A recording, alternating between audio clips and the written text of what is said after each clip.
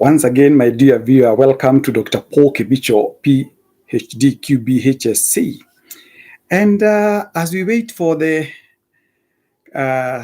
voting exercise to end, I thought it was once again good for me to revisit some biblical words. Many are they who have been given promises. Many are they who are waiting upon the leaders who will get elected today. Many are they who have actually put their hope onto the leaders who will get elected today. But I want to remind all of you, my dear viewer, that the Bible says in the book of Jeremiah, chapter 17, verses 5, that cursed is the one who trusts in man, who depends on flesh for his strength and whose heart turns away from the Lord. He will be like a bush in the wastelands. He will not see prosperity when it comes. He will dwell in the parched places of the desolate, in a salt land where no one lives.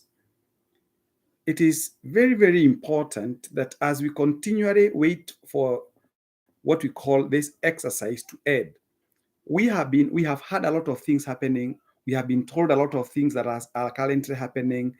Some areas will not vote because of what we call mishap in terms of preparing the ballots, others because of risk-oriented issues. But one thing is for sure, and this is what personally I believe in, and I want to say this because I do not want to be frustrated. I do not want to be disappointed that cursed is the one who trusts in man. Our trust should be purely built in Jesus Christ. We should put our trust into God because unlike man, God never disappoints. And God is telling us that cursed in the book of Jeremiah, chapter 17, verses 5 to 8, cursed is the one who trusts in man, who depends on fresh for his strength, and whose heart turns away from the Lord. He will be like a bush in the wastelands. We will not see prosperity when it comes. We will dwell in parched places of the desolate, in a salt land where no one lives. So why did this servant of God say this? We need to ask ourselves, right now, all of us, we are waiting with what we call an abated breath to see who will become the next president of the Republic of Kenya. But I have time and again reminded people that this is just but an event. This is a political process. It is going to come to an end today. Some people had left their responsibilities to join the campaign trails and tracks. Some people had even differences with their spouses or in the name of campaigns. Some people had actually forsaken what has been generating income for their families. Some people, as we speak right now, they're not in good terms with their family members or because of a general election or because of campaigns. Now, campaigns are over. What will you do? No, starting tomorrow, we shall not, you can see I have personally voted. Starting tomorrow, we shall not have those tracts that people have been hanging on, going singing the dirges and what have you pertaining to their preferred candidate. So I have always told people that voting is an event. It's only a one-day event, but your life continues. I have been telling the people who listen to me that one of the things that we should not lose is the bigger picture of our lives. It does not matter who becomes the governor. We have been filling our stadiums waiting for those politicians. Now the stadiums are empty. Whatever you have been doing in your life will continue to be what you'll do, even from tomorrow. And this is what I have been saying. Any prudent person did not divert his attention to those things, but took a bit of time to focus on what gives food or what pays school fees for his children. I can tell you at a confidence level of 99.95% that those people who were filling in those stadiums, those people who gathered in their multitudes in large numbers to go and listen to those politicians, they were not even known in the first place to them. As a matter of fact, in a multitude of 5,000, maybe the politician only knew 3 people. Now the reality has dawned. Those who have been waking up every morning to go for those political meetings, now political meetings are over. You go back to what you know best. So my advice to Kenyans, and this has been my clarion call, let us stick to what we've been called to do. If you're a farmer, take care of if you're a dairy farmer, take care of that cow. Because even tomorrow, the only thing that will give you food, the only thing that will give you milk and money is that cow that you have. So those who have been those who have been actually doing what we call name calling in the name of politics, the period is gone. We are now waiting to see people that we have given jobs to go and lead us for the next 5 years. The question is, if you have cast your vote on a candidate because he gave you 200 shillings, because he gave you 1,000 shillings, because he gave you whatever amount of money that you got given, the question is, did you know that you have sold your 5 years because of 500 shillings? I wish what we call sound might and sound soberness and power of decision making can prevail. I thank God. Whatever I do, I've been doing what I know best. I've done my civic duty to go and vote, which I have done to the candidates who met my threshold.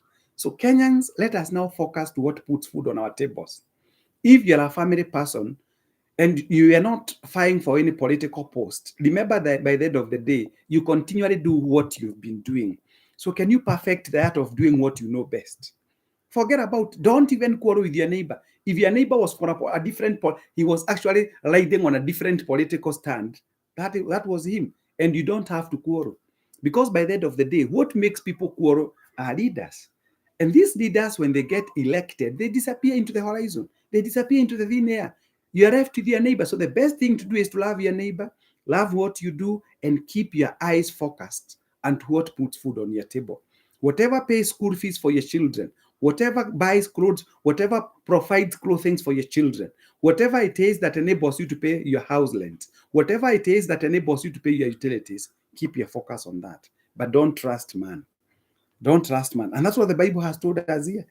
And I thank God, because me, when I remember, when I look at these verses of the Bible, blessed is the man who, blessed, that is now in the book of Jeremiah chapter 17, verses 7. But blessed is the man who trusts in the Lord, whose confidence is in him. That is my only hope. Some people have tried reaching out to governors to see whether they can do business with them, to no avail. Yet you spent your day, you shouted yourself hoarse, thinking that he was going to recognize you. What we require is an enabling environment for us to do what we know best. So I am telling people, and I want to remind my friends who normally watch me on my YouTube channel, that this is what the Lord says. Cursed is the one who trusts in man, who depends on flesh for his strength, and whose heart turns away from the Lord. He will be like a bush in the wastelands. He will not see prosperity when it comes. He will dwell in the parched places of the desolate, in a salt land where no one lives. But blessed is the man who trusts in the Lord, whose confidence is in him. He will be like a tree planted by the water that sends out its roots by the stream. It does not fear when heat comes. Its leaves are always green. It has no worries in a year of drought and never fails to bear fruit. The heart is deceitful above all things and beyond cure. Who can understand it? I, the Lord, search the heart and examine the mind, to reward a man according to his conduct, according to what his deeds deserve. Oh my goodness. So let's put our trust onto God. You may be putting trust into the governor who's going to be elected, but I'm telling you, you'll be disappointed by that governor. You'll be disappointed by that presidential candidate you've been talking about for the last 4 or 5 years. Because this is not the first time we are voting. We have been voting. Personally, I have voted since 1992. I did participate in the year 1992, 97, 92, 97, 2002, 2007, 2013, 2017, and here I am. And I have no problem saying that, yes, it has also been my desire to serve in the government. I have not served yet. It has my desire. I have not served yet, but I'm still waiting upon God, because the Bible is telling me that cursed is the person who puts his trust in a man. The only person I would like us to put our hope and trust in is in God, because the Bible is telling us that anybody who trusts in the Lord, he will be like a tree planted by the water that sends out its roots by the stream. It does not fear when heat comes. Its leaves are always green. It has no worries in a year of drought and never fails to bear fruit. That is where we should put our trust on. I, the Lord, search the heart and examine the mind. So here we are. Time has come. We've been talking about August 9th. People, I don't know what people thought about. It's a day like any other. The only thing that has been a bit different is the activity that we have engaged ourselves in. that one of voting. I have exercised my democratic right.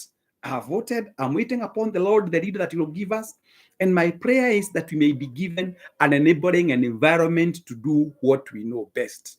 And what we know best is what will put food on the table. What we know best is what will provide clothing for ourselves.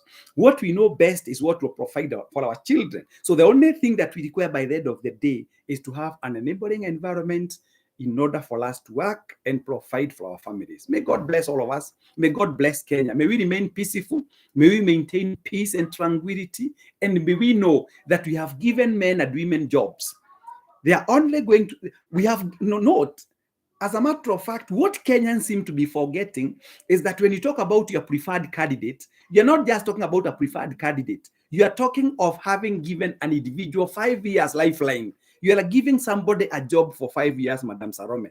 So that person that you give that job, it is up to you now to make your own judgment and know that this particular individual meets certain threshold. He can be able to deliver. You need to understand what are the laws and functions of those people that you have put into office. Because if you come out here complaining that the person you voted in is not delivering, the problem is not him. The problem is you, because he never propelled himself into that particular office.